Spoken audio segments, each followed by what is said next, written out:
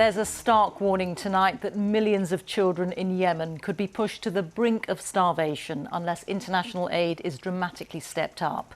It comes from UNICEF, the United Nations Children's Organization. The country faces the world's worst humanitarian crisis, with the COVID-19 pandemic compounding the effect of 5 years of civil war.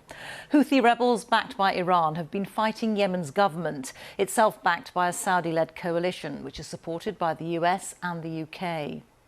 2 million of Yemen's children are malnourished and 1.7 million have been forced to flee their homes.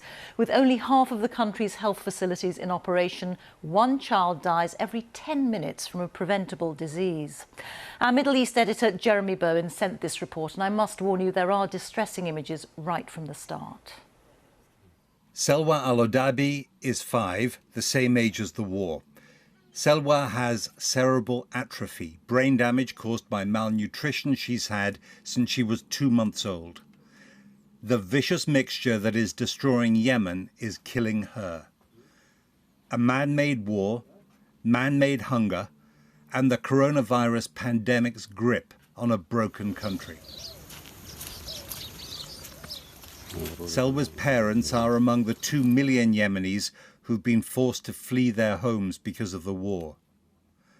Her father, Ibrahim, says they can't pay for any more medical treatment. بأدب كورونا وإحنا محاصرين من الحرب من كورونا من جميع الجهات. فإحنا حالتنا ينبغي إلا الله. فأنا بعض الأحيان لقيت يومين 3 أيام من دون أكل. فأنا أضطر أعطيها سكر أو موية تحاول تهدأ من البكي بس. Selwa's not the only one. UNICEF says malnutrition has caused permanent mental and physical damage to 45% of Yemen's under 5s. This is Aden, better supplied than most parts of Yemen, but still living on the edge. There's food, if you can pay. Many cannot. It's 20% more expensive than a fortnight ago because the currency has crashed. Yemen is an easy target for the virus.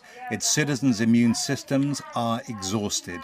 Their healthcare system is 50% destroyed by the war. Some provinces have 2 hospital beds for every 10,000 people. Dr. Amr Qasim Al-Turki filmed this for us in a COVID-19 ward at his Better Off hospital in Aden.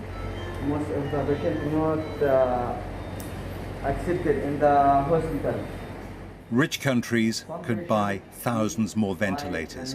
Dr. Amr says they have to turn away most of the patients whose families beg for them to be treated here. This woman had a chance, a bed in a hospital run by the medical charity MSF.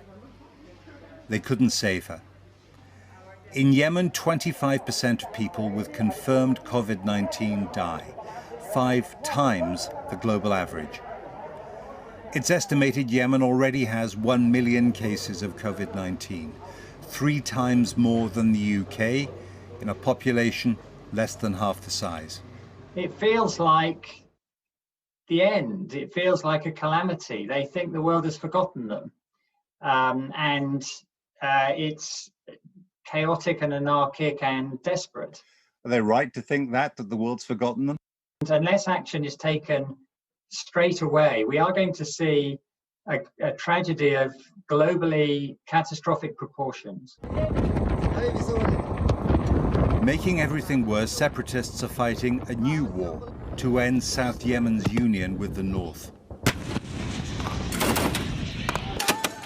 It's on top of Saudi Arabia's intervention 5 years ago to fight Houthi rebels aligned with Iran.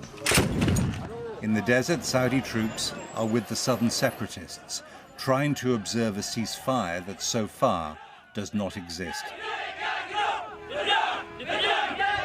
The UN is cutting its aid operation because donors have promised only half the funding they gave last year. UNICEF says that in a single day, a child in Yemen will suffer more injustice and hardship than most people face in a lifetime. When Selwa Al-Odabi was a baby, her parents had to escape with her from a hospital bombed by the Saudis in a raid that killed 19 civilians. Now she's 5, Selwa's family have to try again to save her. They feed her with sugar and water, love and prayer. That's all they have. In this war and this pandemic, it might not be enough. Jeremy Bowen, BBC News.